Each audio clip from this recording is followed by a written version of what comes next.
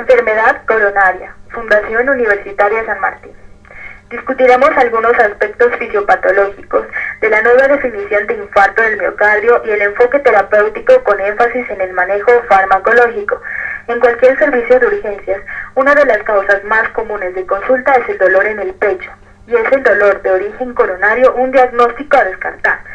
Los algoritmos diagnósticos enfatizan un buen interrogatorio, examen físico adecuado, toma de electrocardiogramas y frecuentemente muestras de sangre para determinar biomarcadores, en especial los niveles de troponina.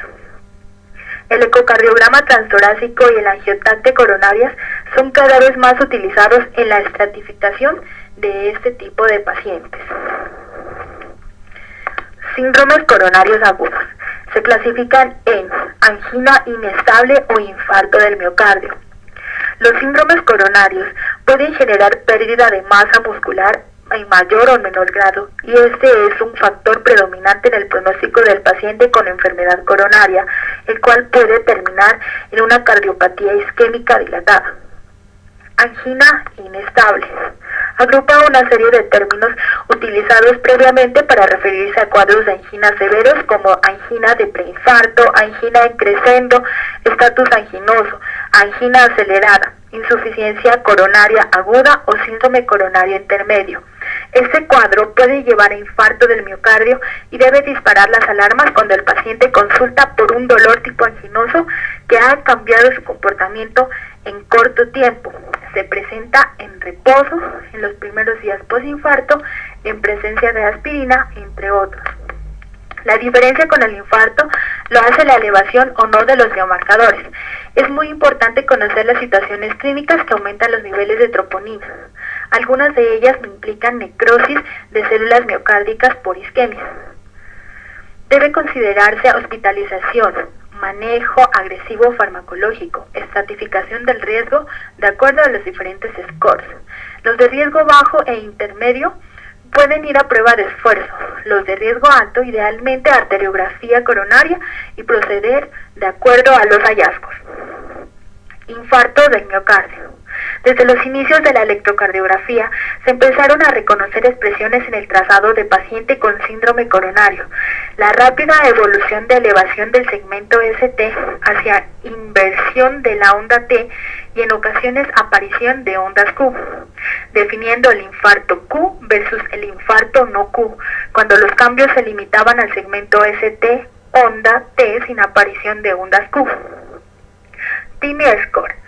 De fácil aplicación en el servicio de urgencias, utiliza parámetros clínicos, electrocardiograma y de laboratorio para clasificar a los pacientes con síndromes coronarios agudos sin elevación del ST, en riesgo bajo, moderado o severo. Las variables son la edad, mayor a 65 años, más de 3 factores de riesgo cardiovasculares, estenosis coronaria significativa en cateterismo previo mayor o igual al 50%, desviación del segmento ST, síntomas severos de angina, uso de aspirina en los últimos 7 días y elevación de biomarcadores.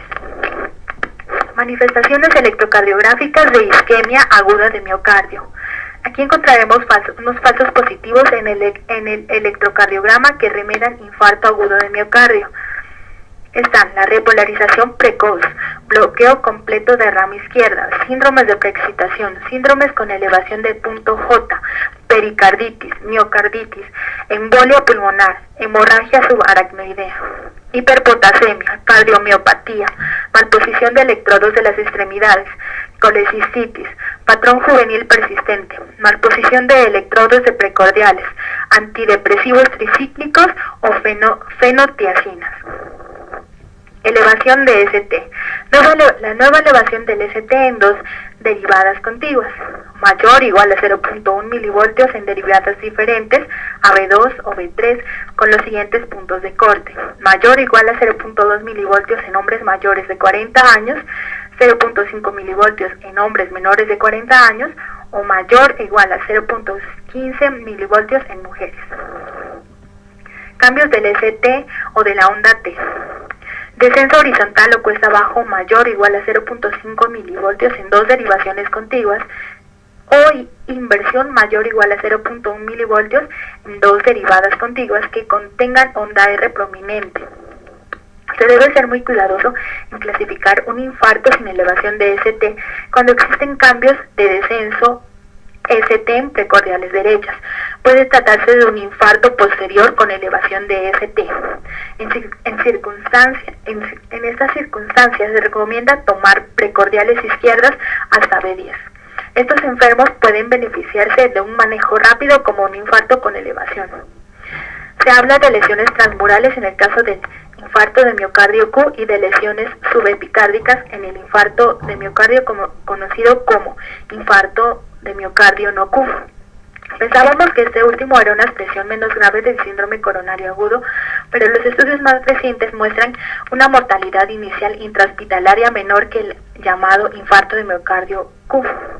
Pero a los 30 días la mortalidad se hacía similar y posteriormente incluso mayor que en el infarto no Q, entre otra cosa, porque el último es más frecuente en población de mayor edad y con más comorbilidad.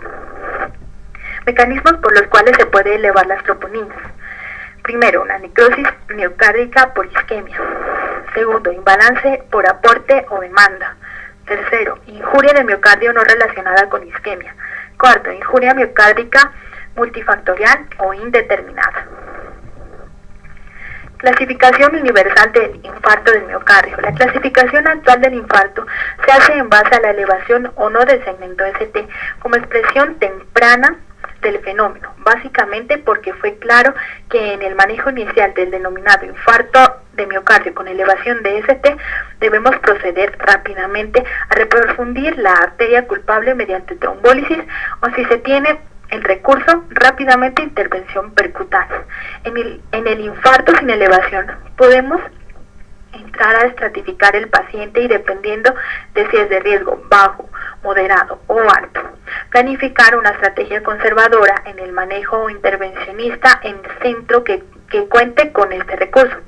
Los enfermos con infarto de miocardio sin elevación idealmente deben ser referidos a un centro que tenga disponibilidad de laboratorio clínico, departamento de imágenes y cateterismo cardíaco. Tipo 1. Infarto de miocardio espontáneo, con elevación o sin elevación de ST. Este se encuentra relacionado con ruptura de placa arteriosclerótica, ulceración, fisura, erosión o disección que resulta en trombosis intraluminal. Frecuentemente el enfermo tiene enfermedad de arterias epicárdicas evidentes, pero hay un porcentaje en el cual no se evidencia lesiones epicárdicas en la arteriografía. El tipo 2 es un infarto miocárdico secundario a imbalance isquémico. El tipo 3 es un infarto que puede resultar en muerte cuando no se dispone de elevación de biomarcadores. Tipo 4A es un infarto en el contexto de una intervención percutánea. El tipo B es un infarto debido a trombosis de stent coronario.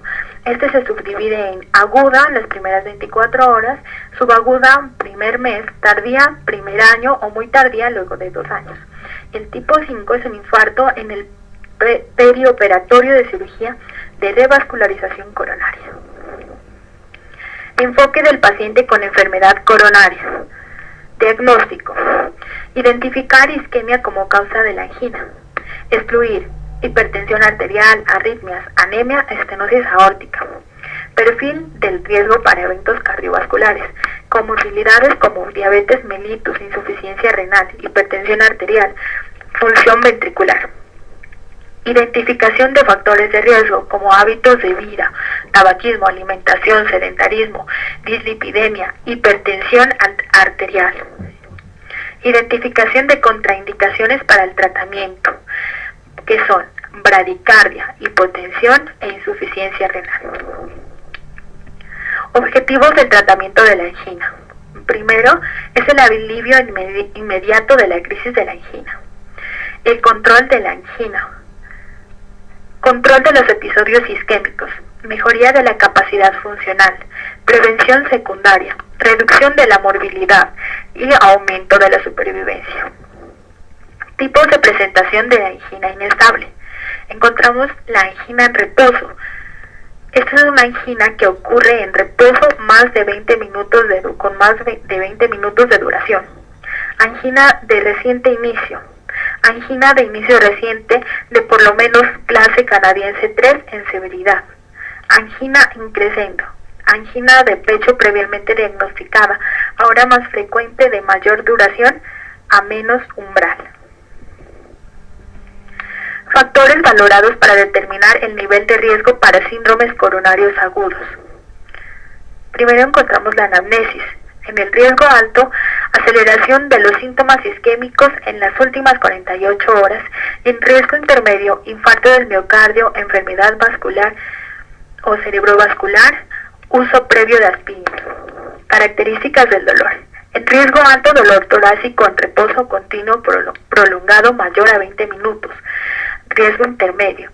Angina de pecho en reposo prolongado mayor a 20 minutos ya resuelta con probabilidad moderada o alta de enfermedad coronaria. Y en riesgo bajo, angina clase 3 o 4. Hallazgos clínicos. En riesgo alto, edema pulmonar, soplo mitral, estertores nuevos, hipotensión, bradicardia, taquicardia o edad mayor a 75 años. En riesgo intermedio, una edad menor a 70 años. Hallazgos del electrocardiograma. En el riesgo alto encontramos bloqueo de rama nuevo o presumiblemente nuevo, taquicardia ventricular sostenida, cambios dinámicos del segmento ST. En riesgo intermedio, inversión de la onda T mayor a 0.2 milivoltios, onda Q patológicas. Y en riesgo bajo, electrocardiograma normal o sin cambios. Y finalmente, los marcadores cardíacos. En riesgo alto van a estar notablemente elevadas, en riesgo intermedio ligeramente elevadas y en riesgo bajo normales. Consideraciones para intervención coronaria percutánea primaria.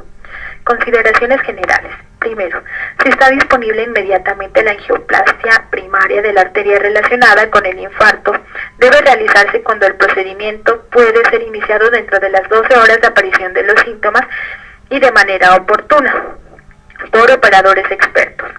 Segundo, el procedimiento debe realizarse por personal experimentado en un laboratorio adecuado, definido como un laboratorio que realiza más de 200 procedimientos en el año, de los cuales por lo menos 36 son intervenciones primarias, y tiene capacidad de cirugía cardíaca. Consideraciones específicas. La angioplastia primaria deberá realizarse lo antes posible con el objetivo de un intervalo puerta-balón de 90 minutos o menos. Y si la duración del síntoma está dentro de las 3 primeras horas y el tiempo esperado de puerta-balón es menor al tiempo puerta-aguja para la terapia fibrinolítica, entonces, si está dentro de 1 hora, la angioplastia primaria es generalmente preferida. Si es mayor de 1 hora, la terapia fibrinolítica con un agente específico de fibrina es generalmente preferida. Si la duración de los síntomas es de más de 3 horas, la angioplastia primaria es generalmente preferida.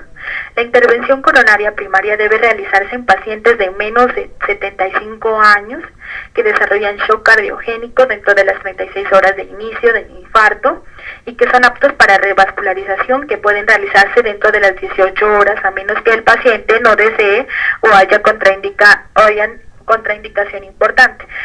La intervención primaria debe realizarse en pacientes con falla cardíaca severa o edema pulmonar y aparición de los síntomas dentro de las 12 horas.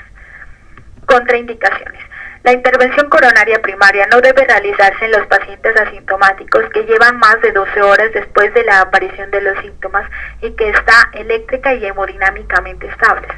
Entre los pacientes sometidos a angioplastia primaria que no tienen compromiso hemodinámico, la intervención coronaria concurrente en una arteria no relacionada con el infarto no debe realizarse. Gracias.